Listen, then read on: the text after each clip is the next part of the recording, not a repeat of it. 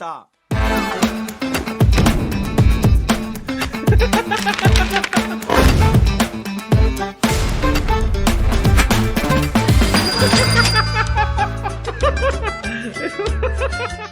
Fala, galera! Bem-vindo a mais um GavaCast, o podcast o podcast do Ganhando a Vida Doidado. Enfim, se você ainda não recebeu o seu Corona Voucher, ele está devendo na esquina e na farmácia, já sabe, esse aqui é o seu podcast. Bem, hoje estamos aqui com quem? Estamos aqui com Alex Martins, para a gente bater um papo aí de que o nosso grande papo de trader. E estamos aqui também com o nosso Raí.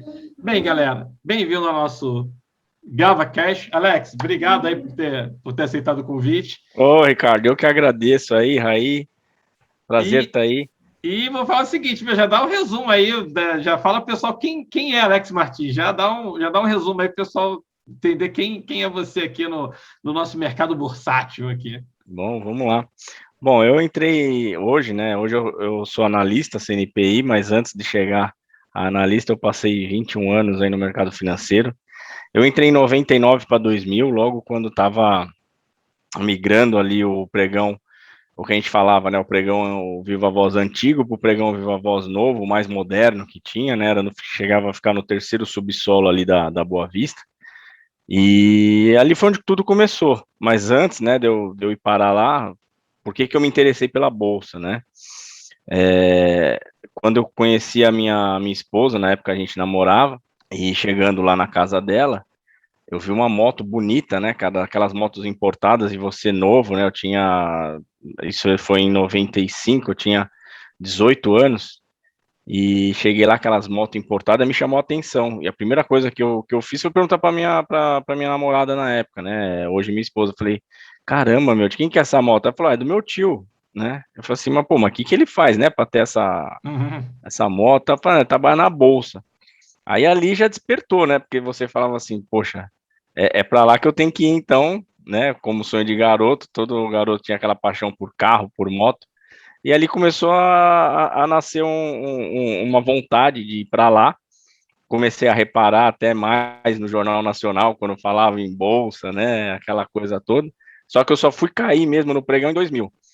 Aí fui parar no pregão, começando como auxiliar de pregão e crachá emprestado, né? Para quem não entende o que é um crachá emprestado, na época, se você não entrava como funcionário, os scalpers que tinha ele tinha um scalper, ele tinha autorização para 2 crachás de auxiliares, né? Então, se ele usava um auxiliar, o outro ele podia emprestar para alguém tentar um emprego lá dentro. E aí eu consegui um desses crachás, fui parar lá no pregão com um crachá emprestado do Marcelo Mendonça, grande Marcelo Mendonça, um dos scalpers que me ajudou lá dentro, e comecei a procurar emprego, né? Como auxiliar de pregão. E aí consegui uma corretora, né? No começo chamava Teles, hoje nem existe mais. Da Teles eu fui pro Pactual, fui auxiliar foi um dos primeiros contratados do Pactual Corretora Pregão, né? E aí eu comecei a me interessar mais pelos mini contratos, olhando ali de baixo, tal. E eu sempre olhava para a figura do scalper como algo que eu almejava, né? Eu queria ser um daqueles caras que ganhava muito dinheiro, que estava ali. Eu não queria ser um operador, um bom operador de pregão. Eu queria ser o scalp. Sim, que por sinal depois, rezando ali, quem tinha o título de scalper valeu uma fortuna, né? Depois que teve a desmutualização, então, na época da desmutualização, cada crachá de scalper valia 1 milhão dava direito a 1 milhão de ação, né? Então, a ação abriu, acho que a R$20, se não me engano, da BMF, automaticamente o scalper ganhou 20 milhões de reais, né? Pela aquele crachá. Uhum. E aí eu comecei a falar assim, cara, não é isso que eu quero para minha vida. Primeiro bônus da corretora lá na época do Pactual. Eu trabalhei pra caramba como auxiliar de pregão, fiz tanta boleta, acho que nunca na minha vida eu fiz tanta boleta como pro Pactual. E aí eu falei assim, cara, não é isso que eu quero pra minha vida, eu quero ser autônomo, quero ser scalp. E aí fui tentar operar para mim, quebrei diversas vezes, no pregão mesmo, né? E aí eu falei assim, cara, eu preciso entender então o que o cara que tá lá no telefone com o operador de pregão vê para tomar as decisões, né? E aí foi quando eu fui parar numa mesa de corretora, né?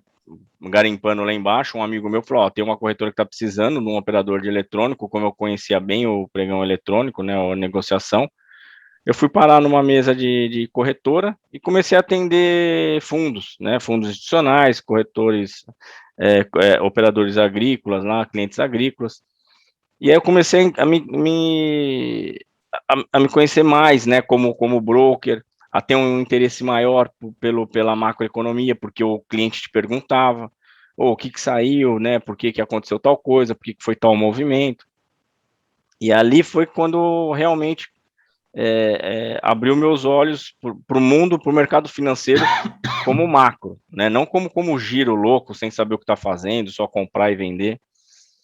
E aí eu fiquei mais ou menos ali uns 3 anos atendendo o cliente como broker.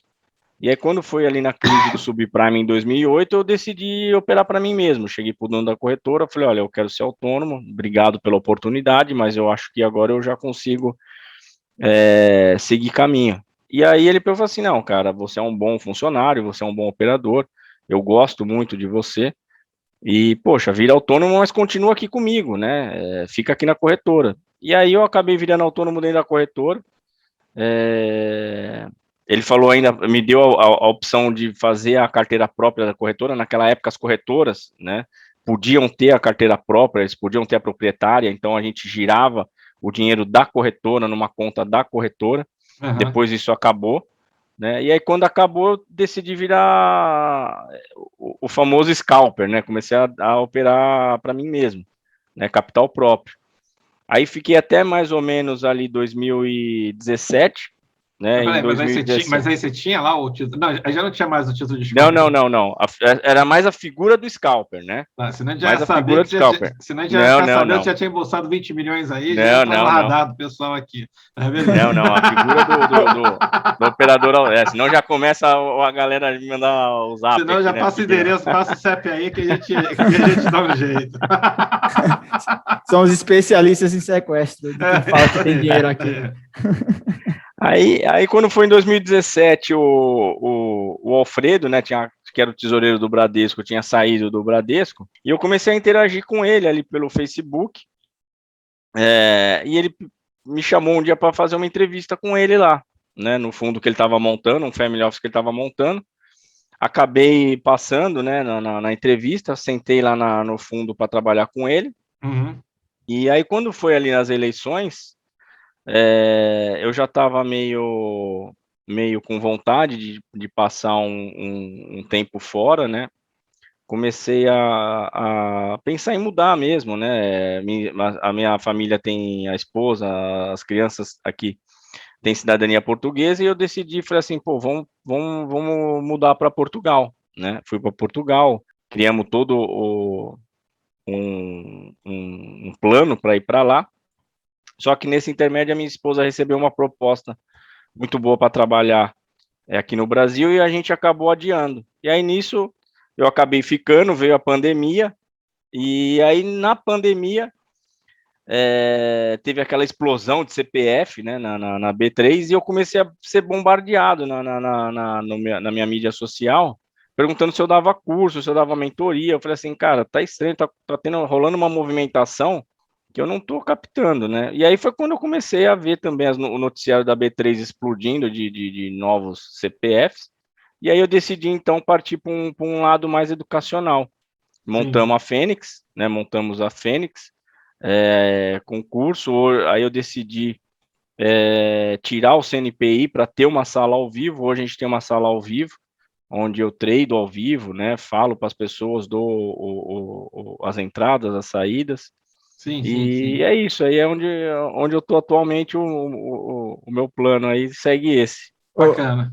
Ô Alex, lá na Liga dos Traders, você soltou um disclaimer. Eu gostei muito do disclaimer, cara. Ricardo, era um texto grandão e ele lendo rapidinho o texto, igual aquela bula do médico. Porque a partir do momento que você está sob supervisão, né? Então você tem que cumprir as regras do jogo, e ali eu não podia deixar de falar, né? Não, já pede para o editor colocar aí no meio aí. Mas é uma coisa que quando o cara olha, fala, eita, lá vem o famoso disclaimer, né? Não, o Alex, bem rapidinho. Até se você lembra isso aqui. Parecia propaganda de remédio. Caralho, 2x. Parecia propaganda de remédio, né? Bacana. E, enfim. Não, vai lá, Raik, pergunta. Não, é que eu ia perguntar aqui, nesse meio tempo que você estava conversando aí, você atuou no Family Office, não foi? Isso. No Ibirapuera Capital. Na Ibirapuera Capital do Alfredo. Na realidade, não era do Alfredo, né? Era o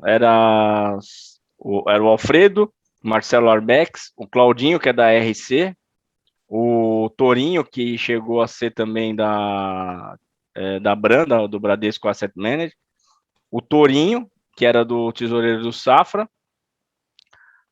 e a Fernanda e o Igor, que atendia um fundo gringo. Então, na realidade, eram 7 gestores ali. Eu tive a oportunidade de trabalhar não só com mas com 7 mestres ali de mercado de capitais, que para mim foi um dos melhores aprendizados que eu podia ter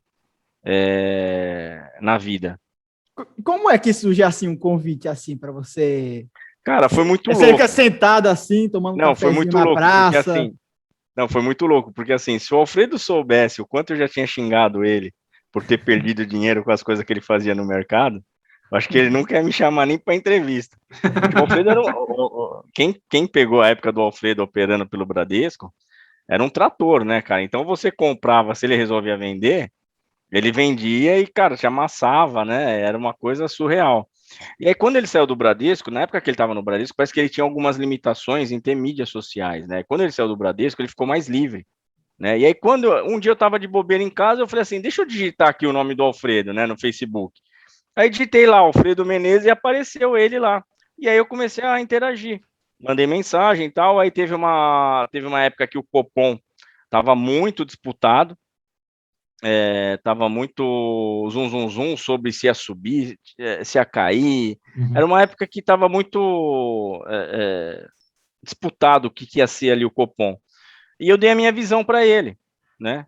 E ele falou assim, cara, se vier isso que você está falando, porra, vai me ajudar muito. Dei sorte, né? Acabou vindo o que eu imaginava e aí ele pegou e me chamou para conversar.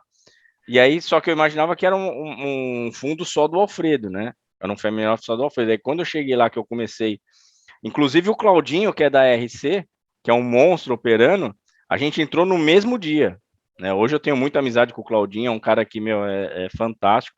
E a gente entrou no mesmo dia no Family Office. Putz, eu vou começar a mandar minha opinião para todo mundo agora. Vai que eu acertinho uma também. Eu ia falar o seguinte, que tem o dito ali que o melhor alargador de costas para um trader é o Lois no momento de alavancagem. E, enfim, eu queria saber, Alex, de você, o que mais te fez sofrer? Assim, de qual operação de scalper que você, assim, que você realmente chorou, ligou para a mãe? Eu sou famoso pelo prejuízo de R$1 milhão que eu tomei ali em 2011, né? Sério? 1 milhão? Olha só, que 1 milhão em 2011 é como se fosse os 2, 3 hoje, hein, pessoal? Fique bem claro. Eu perdi R$1 milhão naquele flash crash no dia 6 de maio de 2011. E para mim, essa foi não só o valor financeiro, tá, Ricardo? Mas é o que eu falo para a galera, né, em relação a você ter o stop muito mensurado. Claro, eu nunca imaginava perder R$1 milhão e ainda mais em questão de 1h30, 2 horas. Foi rápido. O maior problema disso, o financeiro, assim como se eu estou aqui até hoje é porque eu recuperei, mas a cicatriz emocional que fica é horrível. Por quê? Porque você passa, cara, às vezes a perder oportunidades que se você tem uma cicatriz emocional... É aquele ditado, cachorro mordido por cobra tem medo de linguiça. Então, assim, quando você tem uma perca desse tamanho, e do jeito que foi, você às vezes tem no mercado financeiro uma oportunidade que você vê nitidamente de que você tem um risco-retorno muito favorável de ganhar dinheiro, e por você ter uma cicatriz de ter passado, de ter perdido tanto dinheiro, você perde, você não faz. Então, assim, hoje, como educador, é o que eu passo para todos, né? Eu falo, gente, quanto menos cicatrizes emocionais vocês tiverem, tá? Mais oportunidades vocês vão ter na vida. Então, assim, se vocês perdem 10 mil reais num dia, né, e de repente vocês veem uma oportunidade de ganhar 10 mil reais, vocês não vão entrar, porque vocês já perderam 10 mil, vocês já estão com uma cicatriz. E assim, não é que ganhar 10 mil no day trade, o cara perde 10 mil no day trade, mas se ele vê a oportunidade de ganhar 10 mil no longo prazo, ele vai descartar. Sim, Porque sim, ele tá com uma cicatriz, automaticamente ele vai rejeitar aquela oportunidade. E eu acho isso o maior problema de você ter perdas não mensuráveis, né? Você não colocar stop. Hoje, todas as minhas operações, eu coloco o stop. Então, assim, se você perguntar hoje lá na sala, quem faz as minhas operações, praticamente 90% entra nos calls que eu dou. Por quê? Porque sabe que tá ali o stop. Se o cara ele sabe que ele não pode entrar naquele stop, ele não entra na operação.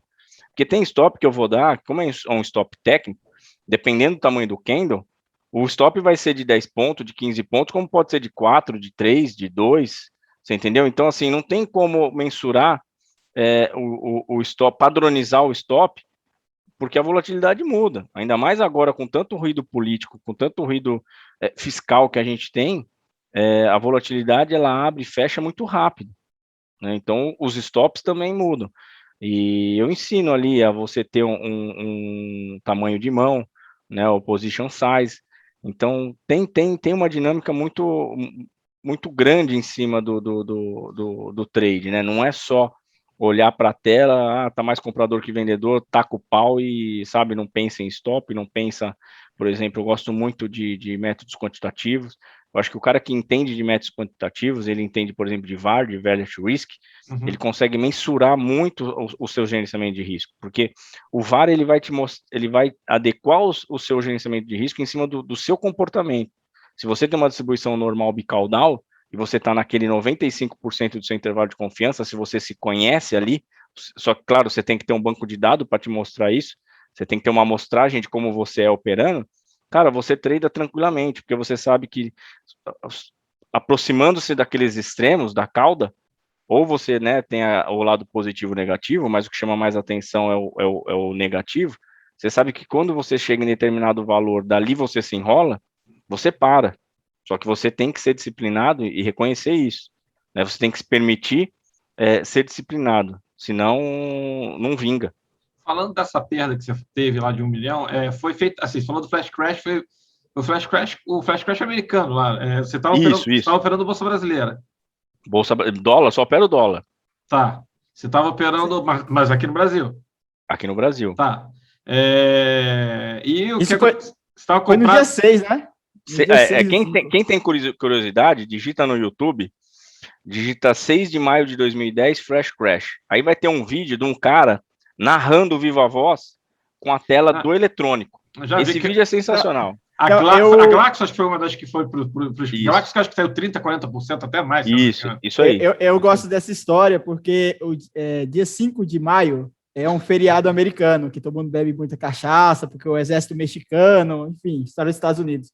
E foi após disso alguém com ressaca que destruiu a bolsa no outro dia, por causa do 5 de maio mexicano. Para mim, e o mais engraçado, Ricardo, é que assim, eu estava sentado numa mesa de corretora, onde eu tinha Reuters, eu tinha Broadcast, eu tinha Bloomberg, eu tinha tudo na minha frente. E eu sempre fui reativo, né? Eu sempre fui reativo.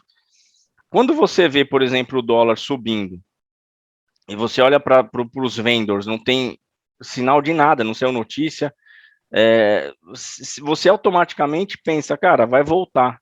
Essa que é a maior cagada, né? Você fala, pode ser um desvio padrão e taca o pau, né? E esse foi o erro, porque como foi uma cagada interna de um operador, isso não aparece no broadcast, não aparece no Reuters, não aparece no Bloomberg. Você pode ter a melhor ferramenta do mundo. Se for um erro interno, aí que acontece, o algoritmo panicou em todos os ativos, né? Para ter uma ideia, quem comprava, por exemplo, o Procter, o que fazia o pair trading, que a gente fala, então pegava um segmento, por exemplo, quem comprava Johnson & Johnson vendia Kimberly-Clark, quem comprava Kimberly-Clark vendia outra do mesmo segmento. E aí começou aquele efeito cascata, o famoso e desabou tudo. Acabou tudo. E aí só sobrou a naba na minha mão. Mas isso quer saber, assim, tua margem foi para o espaço, que assim, se tu tivesse, assim, você se estopou? Como é que foi bem esse negócio? Ou você falou, Não, vamos eu assim, rezar? como eu tinha passado muitos anos operando para o dono da corretora, e eu acho que isso foi até um erro meu, a confiança era tão grande que eu não tinha limite na minha conta.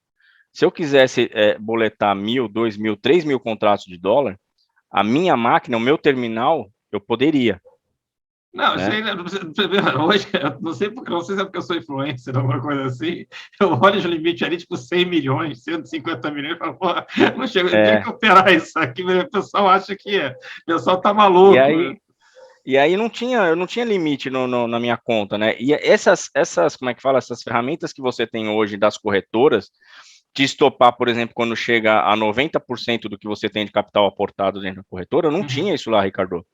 Para as pessoas terem uma ideia, nem o Profit tinha, se eu não me engano. Eu operava com o GL, que o GL mal ele te dava só um médio de compra e de venda e nem o financeiro ele te dava, que era o Tá. GL da Sangard, né? Então, o que eu pensei, né? Eu vendia, o mercado subia, eu estopava. Eu vendia, o mercado subia, eu estopava. Eu vendia, e sempre fazendo o médio, cada vez aumentando mais, né? É assim Para que você tem você que ter fazer uma trade, ideia, né? Afinal de contas, para Martingale tá martingale aqui total. Martingale total. Eu acho que até o Martingale, se ele olhasse e visse o que eu tava fazendo, ele ia falar, mano, você tá muito louco, velho. Tá errado, não é assim não, né? E aí que acontece? Quando naquela época o limite de alta do dólar era 6%. Só que 6% naquela época dava mais ou menos 120 pontos, porque o dólar estava 1,80, perto de 120 pontos. E aí, cara, quando começou a bater ali 5,5% de alta, a minha cabeça automaticamente voltou lá em 2008, que o dólar, quando ele fechava num limite de alta, ele dava aquele pull de alta, né? Para quem não sabe, aquele pull de alta, é todo mundo querendo comprar no limite de alta, e no dia seguinte ele abria e já colava no outro limite de alta. E aí, o que eu comecei a pensar? Eu falei, cara, tá com 5,5% de alta. Mais um pouco eu tô ferrado, porque vai. Eu Entendi. peguei e falei assim, cara, a minha situação tá horrível, né? Tá horrível, mas eu não tô morto. Só que se fechar no limite de alta e amanhã der outro limite de alta, eu tô morto, cara. Tô morto. E aí, o que acontece? Quando ficou faltando 6 pontos para dar o limite de alta, eu estopei. Falei assim, dane-se. Estopei, fui para casa, chorei muito aqui nesse quarto aqui ainda, chorei muito. E, cara, eu sou um cara que eu tenho muita fé, né? Eu vim de uma família muito simples e o mercado financeiro me permitiu conseguir coisas que eu nunca imaginava na minha vida, né? E aí, Ricardo, eu pensei, falei assim, cara, eu fiz a minha oração, falei assim, olhei pro cara lá de cima e falei, mano, se você me deu uma vez, você vai ter que me dar de novo. E aí foi quando, no dia seguinte, tinha que enfrentar o dono da corretora, né? Cheguei pro dono da corretora e E falou, devo, não nego, pago quando puder. eu falei assim, eu falei, é, eu peguei aquela coisa, né? Eu falei assim, seu Joaquim, se eu te devo 10 mil reais, eu tenho um problema. Agora, se eu te devo 1 milhão de reais, Tem uma sociedade. você tem um problema, né? Então, assim, eu falei assim, o senhor quer receber? Falou, lógico que eu quero receber. Eu falei assim, então, o senhor sabe como que eu opero, eu operei muito tempo para o senhor tem que me dar condições de eu buscar isso. Porque se o senhor falar para mim aqui acabou, eu não tenho como te pagar, né? E aí ele pegou e falou assim, então vamos lá, eu vou te dar a chance de você buscar, só que, claro, você não vai ter o mesmo limite que você tinha, ou seja, você não tinha limite, agora você vai passar a ter. Então, por exemplo, eu perdi aquela grana com 500 lotes do padrão, estava com 500 lotes do dólar padrão, né? Para vocês terem uma ideia, para quem está assistindo ou ouvindo, cada um contrato é o equivalente a 50 mil dólares. Eu estava com 500 contratos, né? Então, ele falou assim, ó, agora o seu limite vai ser de 50 contratos, então diminuiu 10% o tamanho do meu limite, e ali eu tive que me readaptar, tive que buscar um novo tamanho operacional, ali que eu fui realmente conhecer gerenciamento de risco, porque a minha situação, Ricardo, estava muito complicada. Porque eu sabia que perdas iriam ter. Mercado financeiro, quando você vem para o mercado financeiro, você sabe que você vai perder, Sim, né? sim, sim. Mas você sabe que, por exemplo, a sua margem para perca estava muito limitada, porque eu já estava com um passivo para pagar na corretora muito grande, Sim. né? Então, assim, você vir para o mercado nessas condições, por isso que eu falo da cicatriz emocional, é muito complicado. E tem um ditado que fala que, assim, só ganha dinheiro quem não precisa. Porque o cara que vem para o mercado para pagar a conta, ele já vem emocionalmente prejudicado. O cara que ele tem caixa, que ele vem para o mercado financeiro simplesmente para tentar aumentar, às vezes, a sua performance, tentar rentabilizar um pouco mais o seu capital, o seu patrimônio, é diferente, né? E eu senti isso dos dois lados. Eu conseguia um patrimônio que eu nem imaginava, vi esse patrimônio evaporar em 2 horas de mercado, e vi o filme de ter que reconstruir com uma cicatriz que antes eu não tinha. Sim, sim, sim. E, enfim, Então, foram situações praticamente parecidas, mas com emocionais totalmente diferentes. eu imagino, não, imagina assim, porque e aí tem uma pressão, né? A gente tem que pagar lá o dono da corretora, assim, eu imagino que não deve ter sido nada bom, mas enfim, deve ter sido uma fase bem E complicada. eu falo muito isso para a galera, né? Ainda mais hoje que eu trabalho com educação. A plataforma hoje, ou mesmo as corretoras, elas te dão inúmeras possibilidades de você não cometer o mesmo erro que eu cometi. Então, assim, se você consegue fazer o que eu faço, se você consegue fazer o que eu fiz no passado, fazer isso hoje, realmente você está pedindo para que você perca tudo, porque tem inúmeras ferramentas que te possibilitam isso não acontecer. O negócio é o pessoal usar. Eu ia perguntar outra coisa. Enfim, o que seria, assim, só para o pessoal entender, o que seria operar macro, né? Tipo, Vamos lá. Bom, primeira coisa que, assim, para quem, eu vou falar por mim que opera o dólar, tá? Diferente de ações, né? Às vezes ações você vai lá, pode ter ou uma análise fundamentalista, ou uma análise técnica, ou mesmo tem muitos que operam até por tape reading, tudo, mas a ação normalmente ela tem aquele range que ela trabalha, né? E o que pode jogar, por exemplo, aquela ação para outro patamar é um balanço surpreendendo, é a empresa de repente fazendo uma aquisição, e eu gosto muito de comparar esse tipo de comportamento com o macro. Então, por exemplo, o cara quando ele vai operar determinada ação, ele vai e busca saber pouca coisa, não precisa ser muito, mas ele procura saber o mínimo daquela empresa que ele está negociando, né? uhum. Pelo menos o segmento que ela está, né? O macro é mais ou menos para o dólar o que é essa mesma dinâmica. Então, assim, o cara que hoje ele chega para operar dólar e ele não tem conhecimento de política monetária, política fiscal e política cambial, ele já está automaticamente correndo um risco gigantesco. Por quê? O dólar, como qualquer ativo, sim, ele vai encontrar de repente um range para ele trabalhar, mas se você tem uma mudança rápida de política monetária, que é o que a gente percebeu muito do começo do ano para cá. No começo do ano a gente tinha, por exemplo, uma Selic de 2 com foreign guidance. Agora a gente tem uma Selic de 5,25 e com o Banco Central que vai adotar uma taxa de juros acima da neutra. Então, assim, só esse trecho que eu falei é complicado para quem não entende de Sim, política sim, sim, sim, de sim. macro, né? Mas que muda completamente a dinâmica, por exemplo, do dólar. Então, assim, resumindo, né, o macro é, é tudo que envolve, por exemplo, o comportamento em relação à política monetária, quando a gente fala de moeda, quando a gente fala de inflação, quando a gente fala, por exemplo, do gasto público, quando a gente fala de políticas fiscais, que é o que está rondando muito o tema hoje em relação às eleições por ano que vem. A gente está tendo, por exemplo, um governo que está tendendo ao populismo para se reeleger, e é natural, faz parte do processo, faz parte do jogo.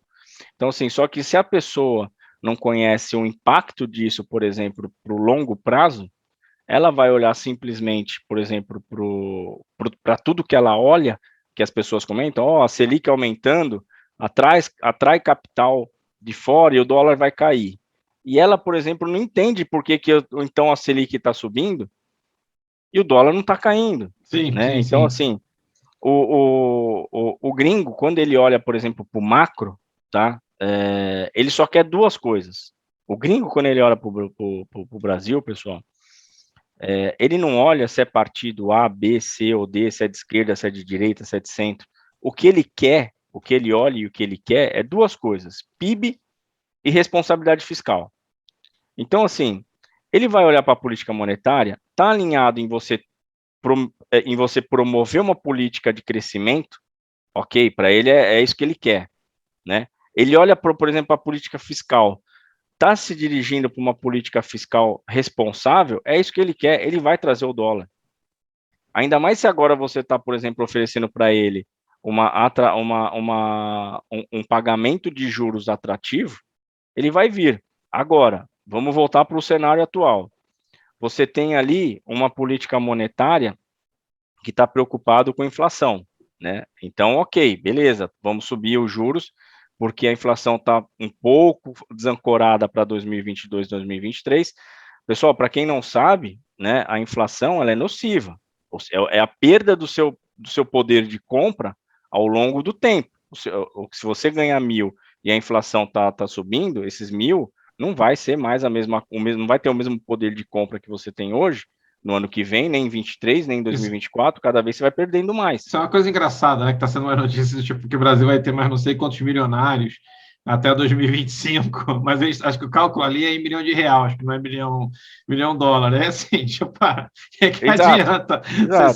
você ter mais 100 mil milionários em 2025 e o dólar tá 8, assim, não é mais milhão, né?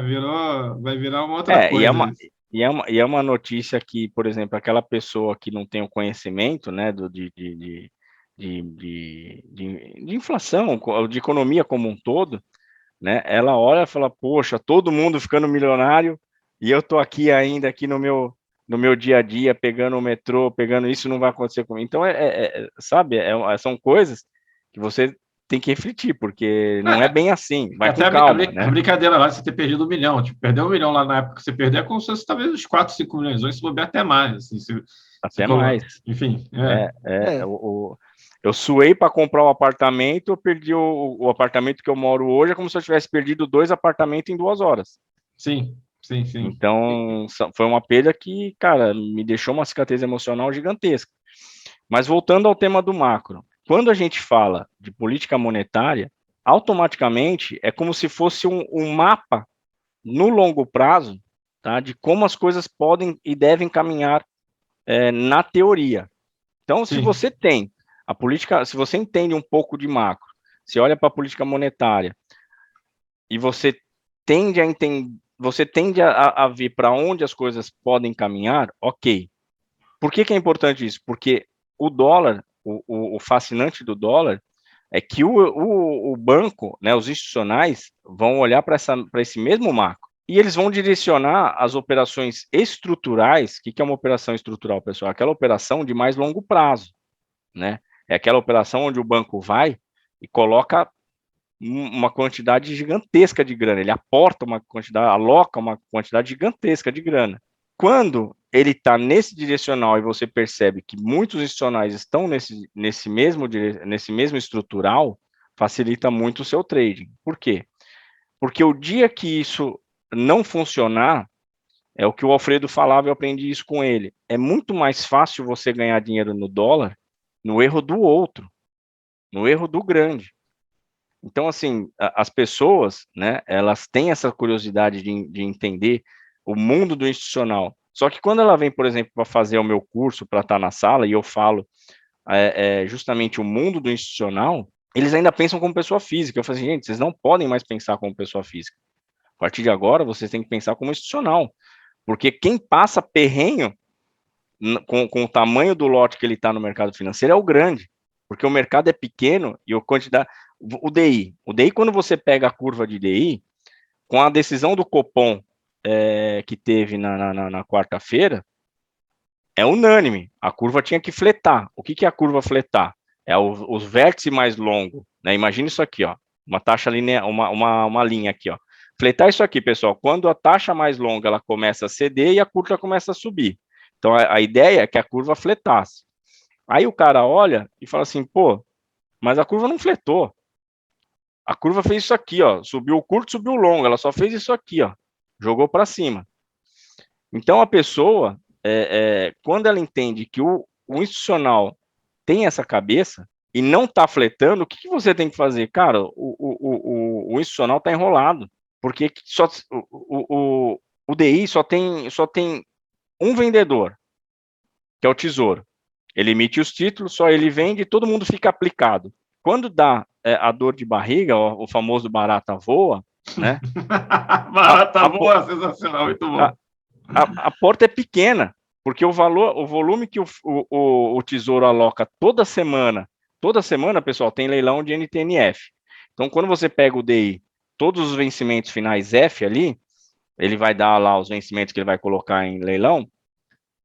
Quando você pega o leilão do Tesouro, o BC, o Tesouro toda hora injetando título e só tem o mercado aplicando. Quem está fechando contraparte com o Tesouro é o mercado. Quando dá dor de barriga, está todo mundo do mesmo lado. Então, assim, se você entende, por exemplo, do macro, você vai pensar o seguinte, cara, a dor de barriga vai ser tão grande que eu vou tomar aqui, por exemplo, 5 lotinhos aqui do DI 31, que é o vértice mais longo, e o mundo todo está pensando em onde sair. Aí o cara olha, por exemplo, o grande olha para o DI, ele fala assim, cara, eu não tenho saída para minha ponta. O que ele vai fazer? Ah, eu vou tomar o dólar então, porque eu preciso de alguma maneira ter um seguro para se isso aqui panicar. E aí, quando você entende, por exemplo, dessa dinâmica, você vai também ver o dólar comprador, você compra dólar também. Então você percebe que o macro, ele movimenta os ativos estruturalmente todos no mesmo lado. Só que quando isso não acontece, a facilidade que você tem de ganhar dinheiro no erro do grande te ajuda muito. Só que para você entender aonde ele está errando, você tem que entender, por exemplo, de política monetária, política fiscal e política cambial. Sim. Então, por exemplo, o Banco Central vendeu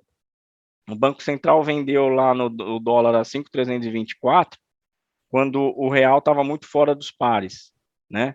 Tava acho que 1,5% só fora dos pares. Aí teve essa semana que a gente ficou quase 2 fora do par, dos pares emergentes, das moedas emergentes, e o Banco Central não entrou. Aí quando você vai pegar, por exemplo, por que o Banco Central não entrou?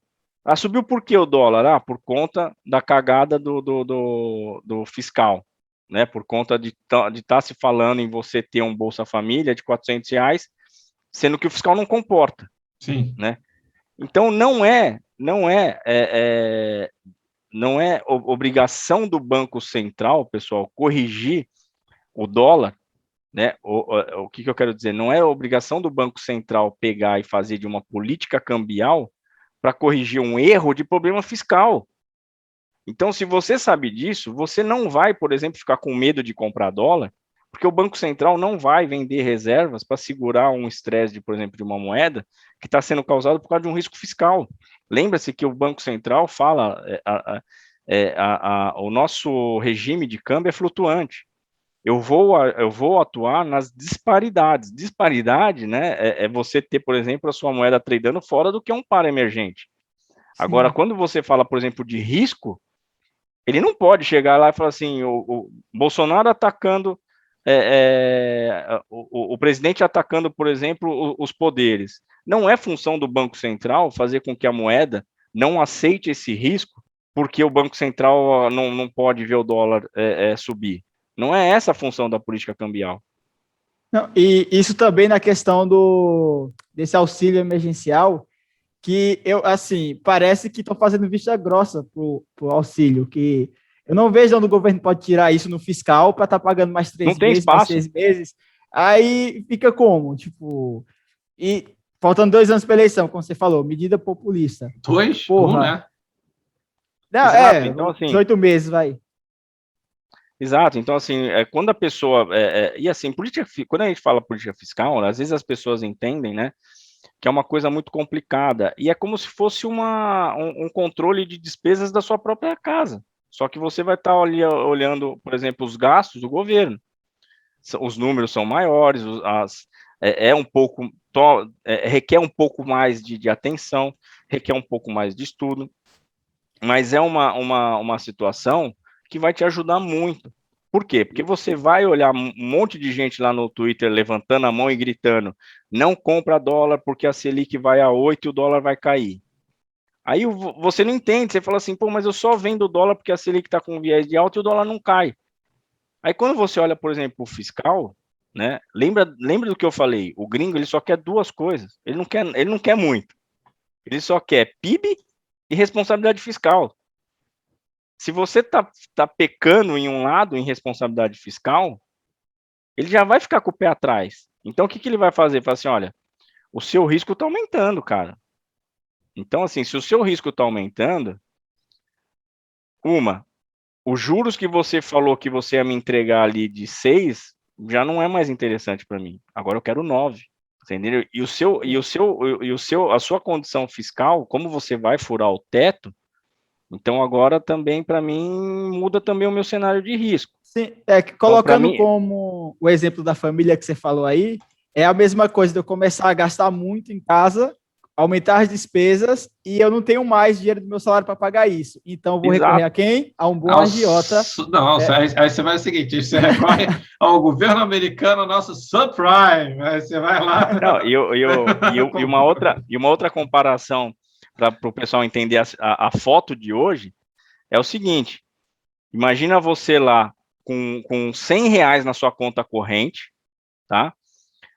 Você tem ali o cheque especial com juros absurdo, e agora você quer fazer um gasto de R$ 5.000, você está só com R$ 100 na sua conta, e você vai chegar para o seu banco que vai falar assim, olha, gerente tal, eu vou gastar esses R$ 5.000 aqui, ó, mas isso aqui não vai entrar isso aqui não vai sair da minha conta, tá? Isso aqui é gasto, mas não entra aí na minha conta. É o que eles estão querendo fazer, por exemplo, com os precatórios, com tudo que está acontecendo. É um passivo que ele tem, né? Vai aumentar o Bolsa Família, só que ele está falando assim, ó, esses gastos aqui, ó, Bolsa Família, precatório, não vai entrar no teto, tá bom, pessoal? Então, assim, né, ironicamente falando, Sim. não tem como. O dinheiro sai do mesmo lugar. A aí conta vai chegar na mesma conta corrente.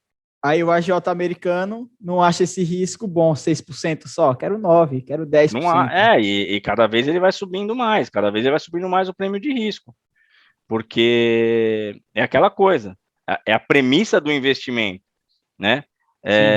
Para um risco maior, eu preciso de um prêmio maior, né? Então, assim, quando você vai mexer, por exemplo, com a indústria de fundos, você tem lá fundos que tem uma rentabilidade até não às vezes tão alta, mas ele tem uma volatilidade baixa. Ele não vai te apresentar um risco tão alto. Vai pegar um Só que você tem ali, aquele fundo. Só que você tem aquele fundo que te dá uma rentabilidade muito boa, mas aí quando você vai ver a vol do fundo, é uma vol altíssima. Então, se você tem estômago e está disposto a ter rentabilidade, rentabilidade melhor, você tem que aceitar. Se tivesse o fundo da bala, era esse que eu ia estar alocado. Qual bala? Bala de Taurus, alocado em Taurus e fundo imobiliário de cemitério. Show de bola. Tinha uma empresa que queria fazer IPO de cemitério, esqueci qual é o nome dela, mas enfim. Sério? Ô, louco. Sério, isso aí, Taurus e cemitério. No Covid ia se dar bem.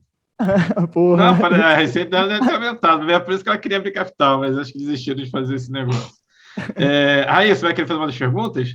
Não, eu vou querer fazer a pergunta você falou em tudo isso, que tem muita informação, que para você fazer seu preço, mas como é que eu consigo separar assim o que faz ruído do que o que faz o preço? O que é ruído do que realmente faz preço. Essa é o principal jargão que eu uso ali no Morning Call.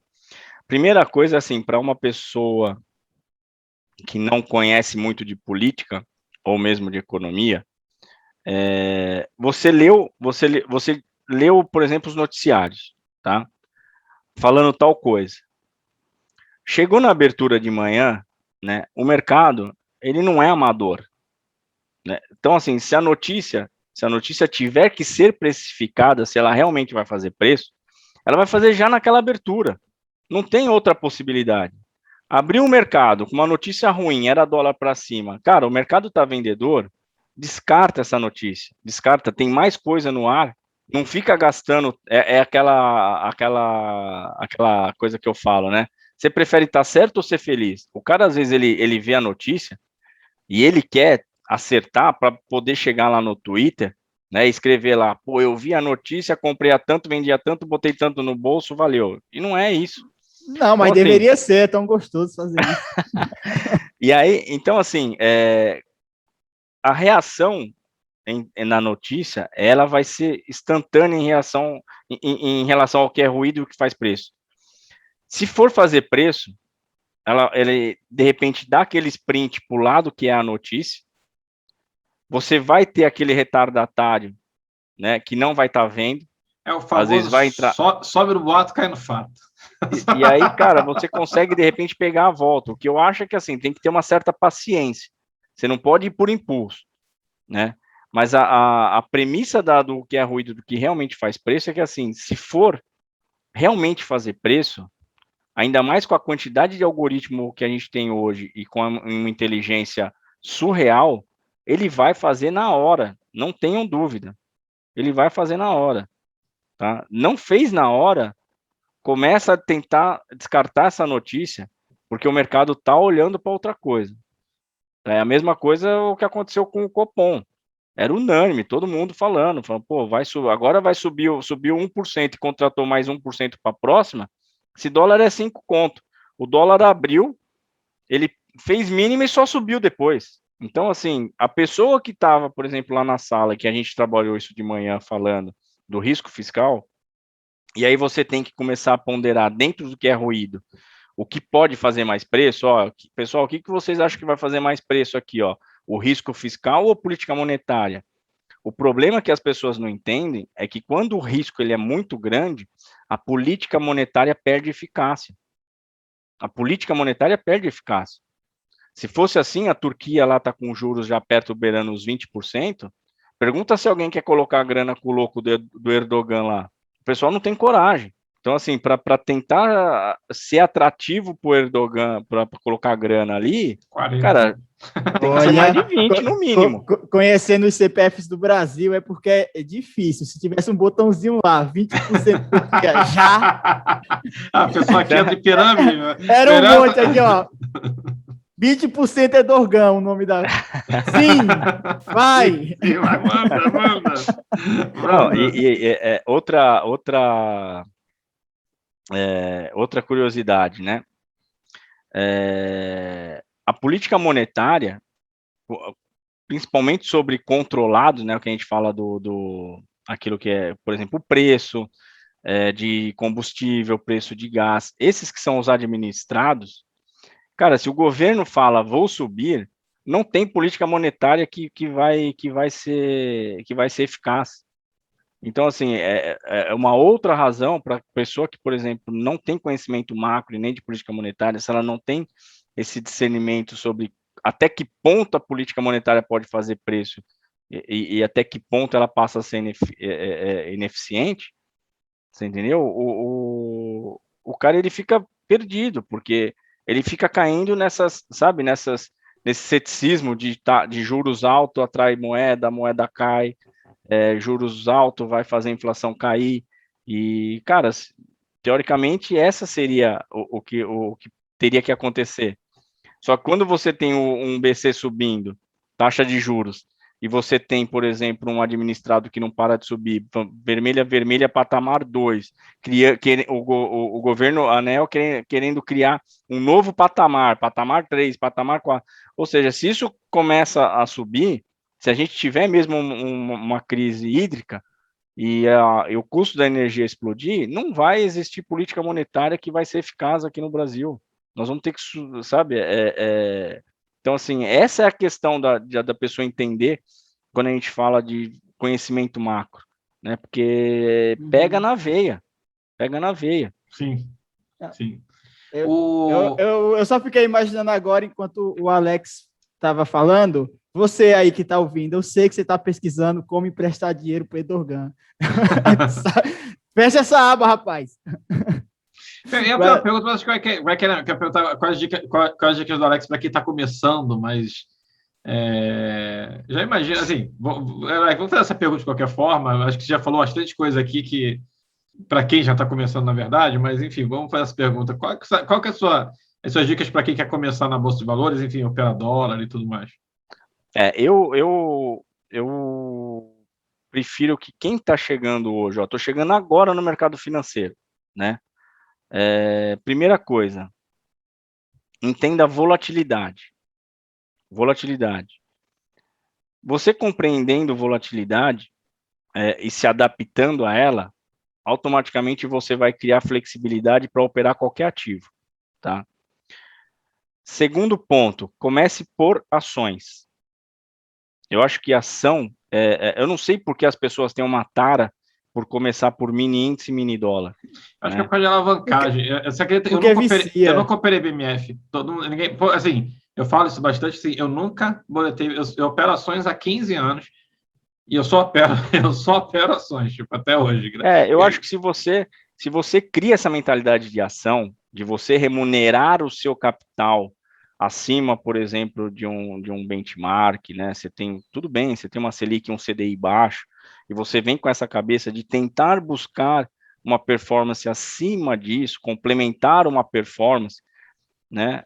Eu acho muito, muito válido, né? Agora, a pessoa que vem para tentar se alavancar e ganhar dinheiro, eu confesso para vocês que eu comecei na alavancagem, mas eu tinha uma estrutura por trás, pessoal, que era uma corretora inteira por trás. Eu tinha um Bloomberg que custa hoje $2.200, tinha um broadcast que custava mais R$2.000. Então, assim, e tinha um cara que sentava do meu lado, que era o dono da corretora. O dono da corretora sentava do meu lado. Então, assim, você tinha quem temer. Quando o único cara que você tem que temer é o cara do espelho, vai dar ruim, porque você não vai se respeitar. Nós somos humanos, nós somos factíveis a erro, né? Então, assim, comecem por ações, entendam, por exemplo, de gerenciamento de risco aos poucos, né? Não tentem chegar conceito de VaR, de Value Risk, né? Que é o que muitos bancos institucionais usam para gerenciamento de risco. Não tente chegar e falar assim, agora eu vou comprar o livro do John Hu e vou aqui aplicar o conhecimento de VaR para os meus trades. Você vai desanimar, né? Eu acho que, assim, é um passo de cada vez, né? Eu estava vendo a entrevista do Darlan, né? Que é o cara que arremessa arremesso de peso. E, cara, foi o que ele falou. Ele falou assim, se para chegar em quarto lugar eu estava dando 200%, agora eu vou ter que dar 300%. E o mercado financeiro é igual, pessoal. Vocês vão ter que começar com 10%, cara. Tá dando uma performance, cara, vai ter que, se agora você está dando com 10, agora você vai ter que ir para 20. E vai subindo aos poucos, sabe? Não tenta chegar lá e já provar para você mesmo, seja para quem quer que seja, que você manja do barato e que você não está na estatística lá dos 90-10, onde 90% perde dinheiro e só 10 ganha, porque quando a pessoa vê aquela estatística, Ricardo, automaticamente ela já se coloca nos 10, é uma outra coisa que eu não entendo. Impressionante, assim, exatamente, sensacional. Ela automaticamente, ela chegou hoje na bolsa, né? Só que como ela tem uma formação, por exemplo, às vezes um médico, um advogado, um engenheiro, automaticamente ela já se coloca nos 10, né? E eu Boa. conheci muita gente, principalmente no pregão, onde para você ser um auxiliar de pregão, você só tinha que ter até a 4ª série, e que ganhou dinheiro, cara, a rodo. Mas por quê? Porque manjava do comportamental. Olhava, por exemplo, uma roda de pregão e sentia quando a roda toda estava vendida e ele zerado e tendo a oportunidade, de repente, de comprar e levar o stop de uma roda inteira. Por isso que eu falo, ganhar dinheiro no erro dos outros, quando você está ali, você tem que estar zerado, porque se você está posicionado o que é, né, pessoal? Ou comprado ou vendido, você já vai estar no games e já vai estar levantando uma bandeira ali, ou de compra ou de venda. Agora, quando você está zerado, você está olhando para o mercado, você está tendo o sentimento de que o mercado, de repente, o institucional está vendido e vai rolar o barata voa, cara, joga mais barata lá, velho. Você entendeu? Sim. E assim, eu acho muito mais fácil quando você tem essa consciência de tentar ganhar dinheiro no erro dos outros, né? É muito mais fácil do que querer ter a razão de estar certo, de pegar a razão do mercado e falar assim, não, eu estava certo. Hoje mesmo, tem uma amiga minha que me ligou, assim, está querendo se aposentar, abandonar o trabalho dela, não sei o que lá e tal, deve ter uns 50 e poucos anos. Acho que não, 350, não sei. E aí, isso, pô, Ricardo, então, estou te ligando e tal, porque eu estou com medo de ficar sem fazer nada, perder rotina. Dá para fazer esse negócio? Você acha que, enfim, dá para fazer esse negócio que você faz? Assim, tipo, eu falei, esquece. Tipo, eu falei, você vai perder dinheiro, você vai ficar viciado, você vai perder dinheiro, assim, não, assim, pense em fazer outra coisa. Às vezes você quer mesmo mudar o seu emprego, mas fazer o que eu faço, você não vai conseguir, assim. Quem A sabe, gente se você se sabe, né, dedicar muito Ricardo? e É tal. anos, cara, É, anos, é muito aprendizado. E quando você tocou na palavra aí, né, da sua amiga, eu tenho medo, tem uma coisa que eu falo em todas as participações que eu faço, que é a questão do medo e da esperança, né? E rola muito isso no mercado. As pessoas têm o hábito de quando ela está numa operação perdedora, né? Ela tem a esperança de estar certo. Axiomas na E veia. aí, e aí, quando ela está, por exemplo, certo, quando ela está num trade que está dando dinheiro, ela tem medo de estar errado. Fala assim, não, esse trade está dando muito dinheiro rápido, é melhor eu zerar, né? E eu como admirador, por exemplo, da estatística, eu tenho uma outra coisa para falar, pessoal. Talvez vocês não saibam, mas 70% dos trades que a maioria de um trade profissional faz, dá errado. Só 30 dá certo. O problema é que os traders que dão certo, o trade que encaixa, ele alonga. Então, aqueles 30% só que dá certo, supera a perda que ele tem na maioria dos 70% dos trades que dá errado. sim, Então, assim, sim. a galera que, por exemplo, está lá na sala, Ricardo, às vezes vê eu estopar, por exemplo, 1, 2, 3 vezes 4 pontos, 3 pontos, 5 pontos no dólar. Só que eles já viram eu pegar uma operação que eu peguei 70 pontos no dólar e eu ouvi a sala toda falar 0 a 0. Eu falei assim, gente, mas o trade está andando. Vocês não têm que zerar. Olha para a foto. Eu falei assim, olha para a foto. Não imagina você aí, pessoa física, imagina o grande. Imagina aquele grande que vendeu o dólar lá nos R$ 5, 5,10 e 5,20. O dólar está 5,25. Como é que você acha que está esse grande? Sim. Gente, se vocês não aprenderem a ganhar dinheiro no calor do outro, se você não aprender a enxergar que o trade está completamente a favor do seu operacional, do que você está vendo, né?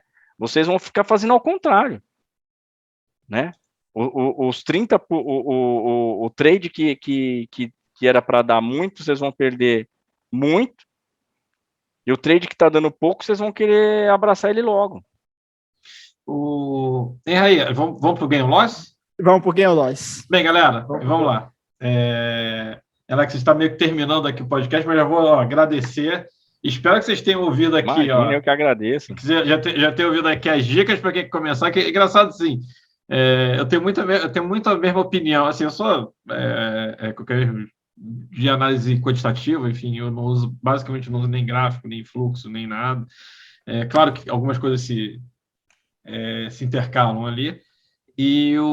Mas engraçado você falar de começar por ações, assim, tipo, sempre que eu falo isso, mas tem um pessoal muito novo que fica nessa de querer colocar R$ 1.000 e ganhar dobro, é a cultura da margem. Ah, mas eu só vou perder R$ 1.000. A Eu nunca cultura da tive, margem. sabe, tipo, mas você opera 500 mil para ganhar 10 mil. Não, mas se eu quiser, eu transformo isso em margem. Eu coloco um stop de 2% também, então a minha margem é 10. Eu estou com 500 mil na conta, mas a margem vira 10 mil se eu coloco stop de 2% também. Assim, é isso que o pessoal não entende muito. Assim, tem uma cultura aí de margem, de pegar R$ 1.000 e querer transformar em 2, 3, que eu acho muito, muito errado para quem está começando. Assim, por isso que eu acho que assim, começar por ação, e foi por lá que eu fiquei mesmo, eu acho que é uma boa, porque assim, é isso. Eu mesmo, quando olho o mercado futuro, apesar de não operar. E até para tela, né, Ricardo? Porque o cara que chega hoje, por exemplo, para olhar uma tela de dólar, ele não vai conseguir acompanhar. Mas muito assim, rápido. é que eu faço cálculo muito diferente de vocês. Assim, quando você fala tantos pontos, para mim não significa absolutamente nada. Nada. Eu fico pensando, quanto é que vale o contrato, assim, um mini índice? O cara, mas eu fui lá, ganhei tanto. Não importa quantos pontos você ganhou. Eu quero saber o seguinte. Então, o mini contrato são 5 vezes menos o índice. Então, 125 mil pontos. Então, ele vai ser 25 mil reais. Tu botou R$ 1.000, ganhou 100. Enfim, aí tu começa a calcular, tipo, na verdade você ganhou 100 em cima de 20 e pouco, de 21 mil, então na verdade você ganhou 1.000%. Na minha cabeça, o cara não ganhou 10% do capital dele. Ele ganhou 1.000%. Que é o jeito, que é o ele jeito estava operando um contrato correto, de 20 e poucos mil, entendeu? Tipo, é isso que o pessoal, na minha cabeça, é muito percentual em relação ao contrato, ao valor do. Que é que eu faço em ação, tipo assim, não importa se eu tenho 100 mil, mas se eu comprar R$ 1 milhão em ação e ganhar tanto, eu sei que eu estou alavancado, mas eu sei que se eu ganhar 1% de 1 milhão, vão ser R$ 10.000. Então é 1%. É 1%. Por mais que isso seja 10% do meu capital, se tivesse 100 mil e tivesse alavancado, mas enfim, eu acho que quando você pegar a Selic e ver que você está fazendo 1% sobre uma Selic anual de 5,25. Sim. Acho que essa cabeça que o pessoal não tem muito. Você não gosta muito dessa ideia assim, posso estar até enganado, mas eu não gosto muito da ideia de pensar em pontos e não sei o que e tudo mais, porque assim, eu acho que no final das contas você não está calculando o risco lá na frente, que assim, o risco o contrato vale 21 mil, se fosse a zero, óbvio que não vai a zero, mas se fosse a zero, você perderia 21 mil reais. Então, é a mesma coisa falar, mas você botou 500 mil para ganhar 10 mil. Mas, qual a probabilidade também da ação ir a zero? Também não existe, assim, não é que não existe, mas é muito pouco provável. Então, assim, você está arriscando 500 mil? Não estou arriscando 500 mil, porque a Petrobras não vai a zero. Ricardo, deixar claro, hoje no ramo da educação, as pessoas só não dá certo por conta da alavancagem. É simplesmente isso que matam as pessoas. Sim. Eu vejo, pessoal, é uma cultura de alavancagem, enfim. Mas, enfim, pessoal, espero que vocês tenham curtido o papo e vamos para o nosso Gain or Loss. Agora, explica para o nosso convidado o que é o Gain or Loss. Alex, o Gain or Loss é o seguinte, a gente vai falar palavras aleatórias e você tem que dizer se é gain ou se é loss, sem justificar. Quem quiser, Beleza. que entenda o seu recado. Ricardo, eu tenho um 10. Eu vou tirar da cabeça, mas beleza, vamos lá. Tá, então, ok. Vamos lá para o nosso Gain or Loss. Vamos lá. Dólar. Gain. Pastel de Belém. Gain. Turquia. Loss. PIB brasileiro. Gain. Alheira. Loss. É muito bom, Alheira, mas está tranquilo. Né? Não curto, não. Cerveja Itaipava. Loss. Vinho do Porto. Gain. Intervenção do Banco Central. Gain. Banda cambial. Gain. Selic alta. Gain. Para trade, né? Deixa eu ver. Forex. Loss. Não conheço pouco. Aditivos energéticos. Gain. Ike Option. Até banido do país já. Bem, pode ficar com a risadinha, não tem problema não. Vai lá. Astrologia. Loss. E deixa eu ver. Corinthians? Então vamos lá. Vasco da Gama. Nossa!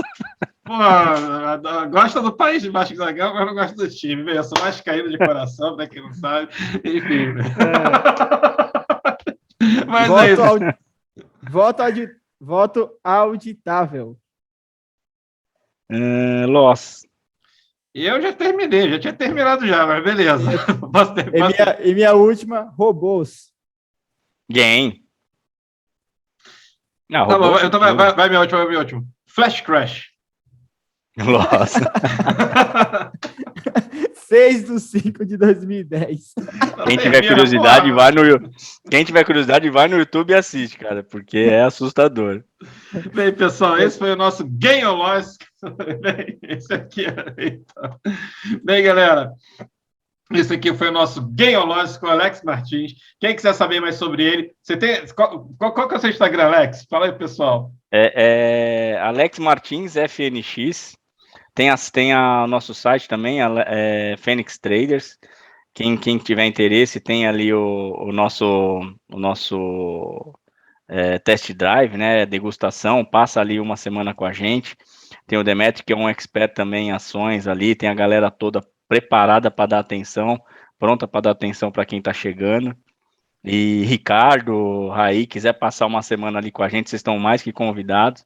A gente tem uma preocupação muito grande com o iniciante, a gente faz um trabalho muito sério ali, e vai ser um prazer receber não só vocês, como todos os seus convidados também. Eu só vou se você me ensinar como emprestar dinheiro para o Edorgan, só isso. Bem, galera, espero que vocês tenham curtido. Então já sabe, ó, quem quiser ir, vai nas mídias sociais, Alex Martins FNX, não é isso? Isso, segue lá. Alex Martins FNX, tem também só Phoenix Traders também. Só procurar Phoenix Traders aí no YouTube já. Só procurar Phoenix Traders aí no Google. E galera, também não se esquece de me adicionar nas mídias sociais, vai lá no meu Instagram, @Ricardo Brasil Lopes, e vai lá no nosso YouTube, Ganhando a Vida Doidado. Bem, Alex, muito obrigado. Espero que você tenha curtido. Ricardo, aí. Vou deixar as últimas palavras com uma frase final para o Raí, uma frase final para o Alex, e depois a gente encerra. Raí, fala aí tua palavra final para os nossos ouvintes. Alex, muito obrigado por participar, por compartilhar um pouco da sua experiência com a gente aqui, com quem está ouvindo. Acho que foi de grande valia, principalmente para mim, sempre quando tem um convidado legal assim como você. Bem, Alex, palavra aí. Pessoal, eu que agradeço a todos aí a participação, o convite. Desejo a todos sucesso aí na empreitada. Não é fácil, requer estudo, mas vale muito a pena. É uma profissão que cada dia é um driver novo, é um trigger novo e fascinante. Bem, pessoal, é isso. Por hoje já sabe. Pregão encerrado. Uhul! Valeu! Valeu!